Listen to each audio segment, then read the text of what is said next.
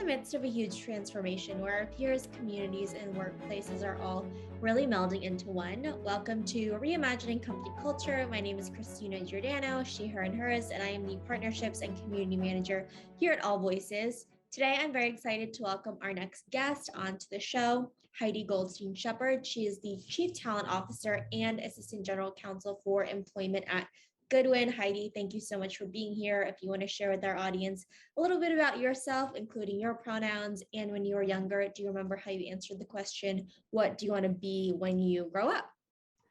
Well, first of all, Christina, thank you so much for having me today. I really appreciate it and appreciate having the opportunity to talk to you and talk to your listeners today. I go by the pronouns she, her, hers. When I was little, I wanted to be a doctor, but I didn't want to muck around with any blood or inside. So I wanted to be an outside people doctor. And only when I realized that that meant that I wanted to be a dermatologist did I decide to go to law school instead. So. I love it. I can definitely relate to that as well. And before we dig into kind of your day-to-day and all of the various projects that you're working with at Goodwin, I want to ask a kind of open-ended question of what defines you? So I'm an extrovert, and so I get my energy from working with people, dealing with people. I get my best ideas when I'm in meetings, interacting with people. I think that's probably why I wound up going into the talent business in the first place. Incredible. I love to hear. I'm also an extrovert as well, and I'm sure there's many of these on a day-to-day basis, but what's the next problem or situation you're currently trying to solve? What's taking up the most brain space? So we are blessed at our firm that we are having an amazing year. We are winding up an amazing year. We view ourselves as the leading law firm that sits at the intersection of capital and innovation. And we're very excited about the work that we're doing for our clients. But we also are very, very busy doing that work. And that is definitely leading to concerns for our attorneys in particular around topics like burnout and making sure that we are doing our part in fighting the talent war, making sure that we are retaining our people and making sure that they appreciate that Goodwin is a great destination for them to be in. And also making sure that we are attracting and are a very attractive employer to other folks. So that is top number one issue that is keeping me up at night. Yeah, it's definitely a big one in terms of attracting talent and retaining talent, thinking about the entire employee lifecycle experience. We're talking about things like burnout, which has been a really hot topic of conversation. It really relates to company culture, who and how you're working with folks. From your perspective, what are qualitative and quantitative ways we can really measure company culture? Yes, that's a great question, and we're obviously constantly looking to do that. We've been doing that. We're very focused right now. In addition to our battle on the talent war, we're also like many. I mean, I see you. You're at home in Brooklyn. Here I am in the office. Right, we're in this hybrid environment that we are trying to work our way through. Right now, we are 2 days back in the office. We are hoping come January, Omicron permitting, that we will be 3 days back a week in the office. And so, that has given us this sort of cycle that we've been in over the past 20 months has given us sort of a lot of opportunities to sort of measure and understand from our people sort of how they're feeling about things. So we've done that in a bunch of ways. One is that we ran an engagement and inclusion survey this past spring, and that gave us really good insight not only into how engaged our folks were, but we particularly looked at that from a demographic perspective to make sure that we are offering as inclusive an environment as possible for everyone, and understanding, how people are rating their experience at Goodwin relative to their demographics, and ensuring that we are equalizing that as much as we possibly can. So that's been a big area of focus for us. We also look at attrition rates, of course, and exit surveys. We focus a lot on the composition of our promotion classes and our leadership.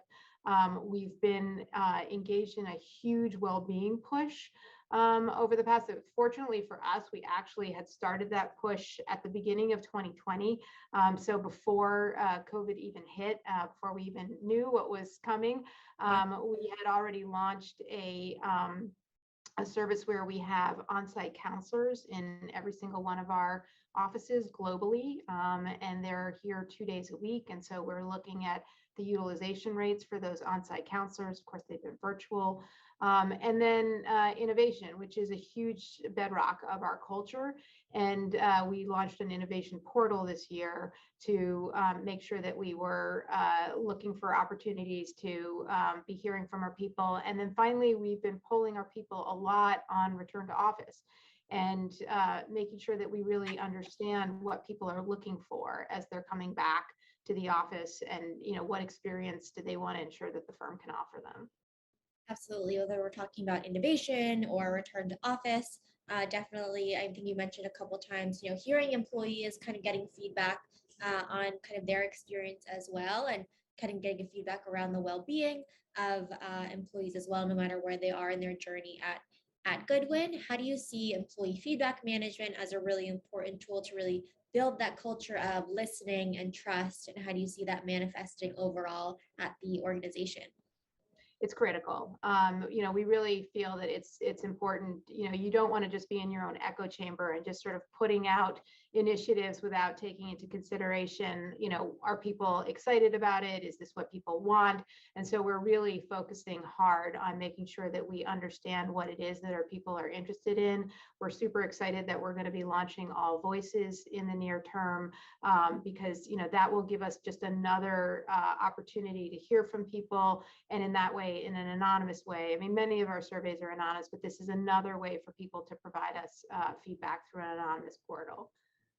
Absolutely. Meeting folks where they are and providing those channels to provide the psychologically safe feedback. Why is it important to offer these avenues for anonymous feedback at Goodwin? No, I mean, I think, we fully appreciate that not everybody feels comfortable raising their concerns. Different people approach that differently. Some people are certainly fully comfortable coming to me, coming to members of the HR team, to share concerns that they might have, or talking to partners with whom they work or their manager, but some people aren't. And, we want to make sure that the people who aren't comfortable sort of being identified with a concern still have an opportunity to have a voice, and have that opportunity to have that voice at all times, so that we're not just, the inclusion and engagement survey is great, but that's something that we run once every 3 years. But this is a portal that is open all the time and gives people the opportunity, to give in the moment feedback.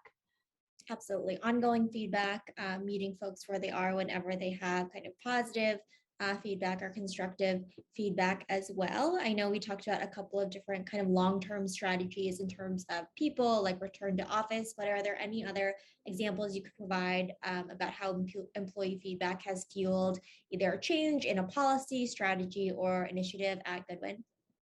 I mean, I think it goes, from the sublime where, we had a couple of years ago, we rolled out a casual Friday because, we had a lot of feedback on that. We revised our policy with respect to pro bono hours a number of years ago. Once upon a time, you could only get credit for a certain number of pro bono hours. And, that was unpopular, and people raised that, and we changed it in response to that feedback. So those are great examples of really listening. And again, as we talked about earlier, Christina, on the RTO, the return to office, is really getting a lot of feedback from people about their concerns around, members of our AAPI community who have been really concerned about random acts of violence, particularly in San Francisco and New York, and making sure that we are offering alternatives to, commuting during the dark, for example, or giving them better hours to work. Those are all issues that we've been trying to be attentive to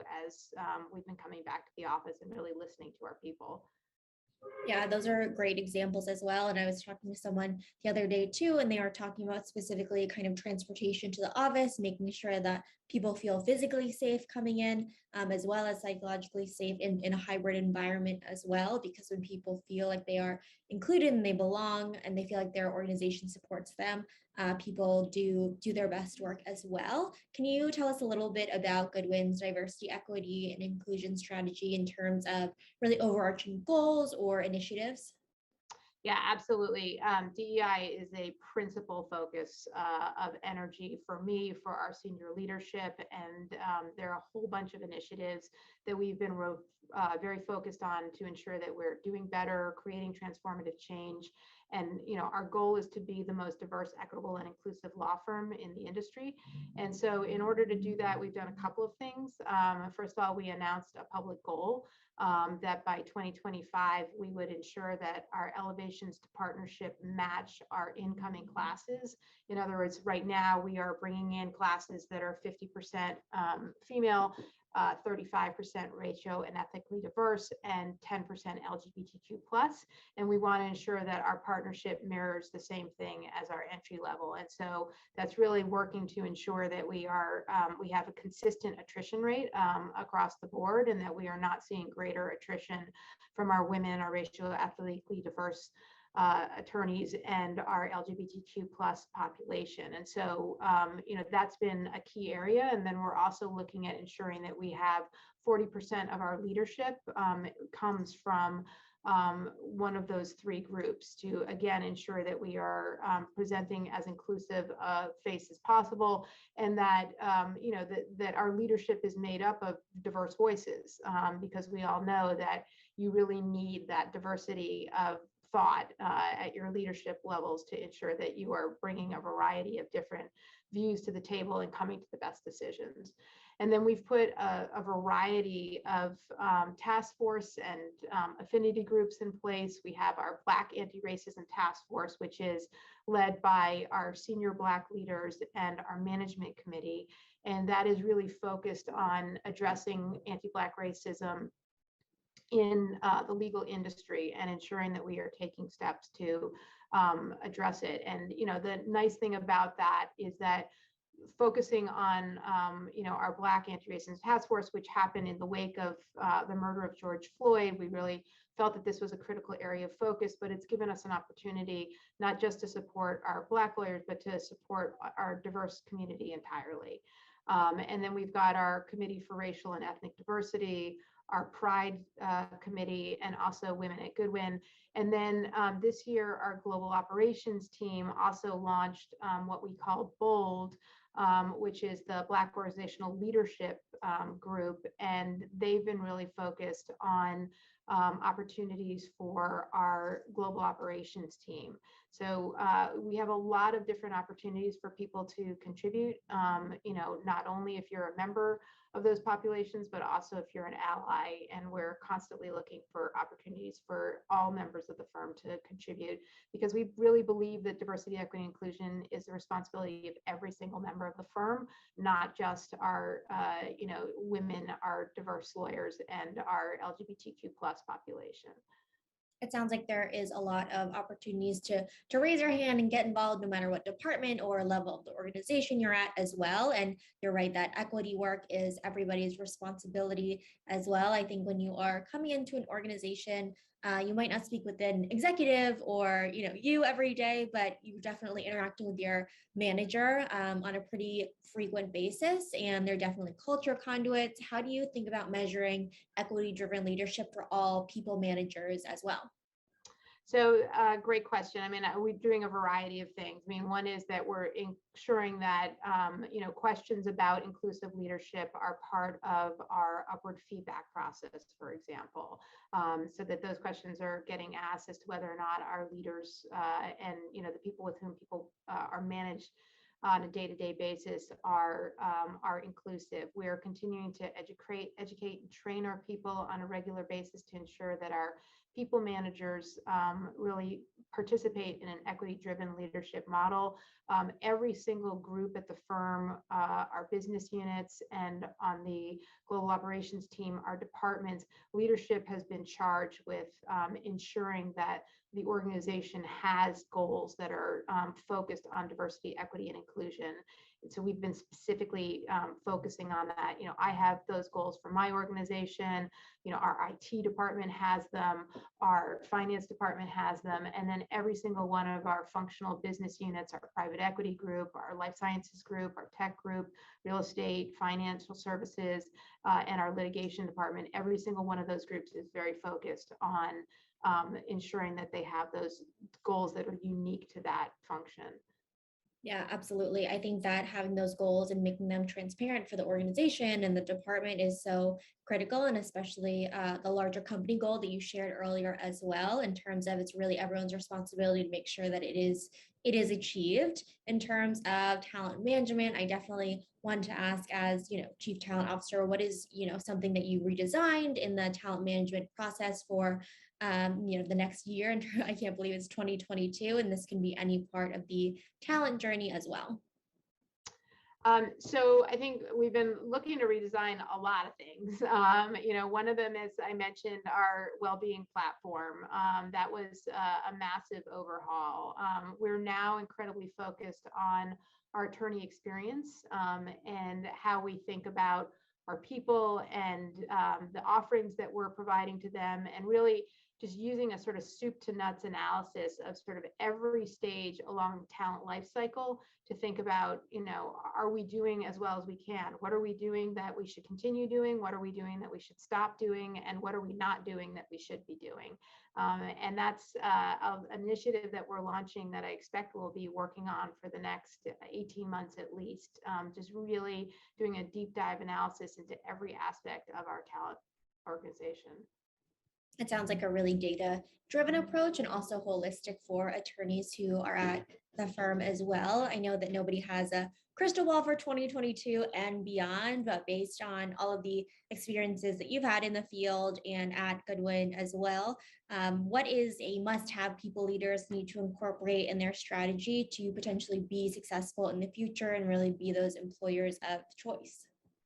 Empathy, I think, is probably the biggest thing. I think we need to, I think the theme of our conversation, Christina, has been meeting our people where they are. And I think that's a big part of it. We know that we are working our people very hard right now. We need to understand that, appreciate that, look for ways to make the experience as qualitative for them as we can, make sure that the work is, work that that's valued and that they're excited about, make sure that they feel valued in the work that they do, make sure that they feel that they have the resources that they need to be able to do their jobs on a day-to-day, make sure that they feel that we are investing in them from a learning and professional development perspective, not only in their hard skills and sort of the day-to-day lawyering and for our professional staff, sort of the day-to-day jobs that they do, but also that they see a growth path, and that they see that the firm has a growth path for them that they can really follow, and that there are opportunities that they can take advantage of along the way, like leadership training, for example. So we offer really robust leadership training for our attorneys. We do that at the first, third, and fifth year level. And then for our global operations team, we are offering, leadership training for new managers. We offer a lot of LinkedIn learning opportunities, all sort of making sure that people feel that Goodwin is a place that is investing in them. Absolutely. I think internal mobility and professional development, investing time, money, and resources into the well-being programs that you mentioned as well, all come together to really think about the entire journey of an employee at Goodwin, and also for leaders to really practice that empathy-driven leadership is also really important. Heidi, is there anything that I either didn't ask that you want to share with folks who are listening to our conversation, or maybe 1 to 2 key insights you hope that they bring with them as well? So I guess a couple of things. Thanks for the opportunity, Christina. I think that, culture is our foundation. We never take it for granted, and we focus a lot on small acts and large acts to make sure that we're doing everything we possibly can to nurture and strengthen the Goodwin culture. And then, we hopefully are humble about that. We always assume that we can do better. And we always think that there's an opportunity for that, and that goes back to sort of the way we started off in ensuring that, we are listening to our people and adjusting as we go to make sure that we are responding to what our people are telling us that they're looking for in their employer. Yeah, agility is key, but having a strategy in place and asking for feedback is always really important.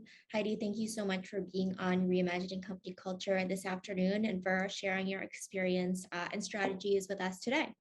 Thanks so much for having me, Christina. It's been a pleasure talking to you.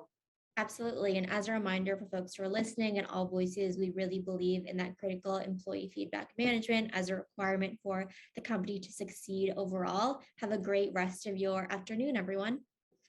Thank you.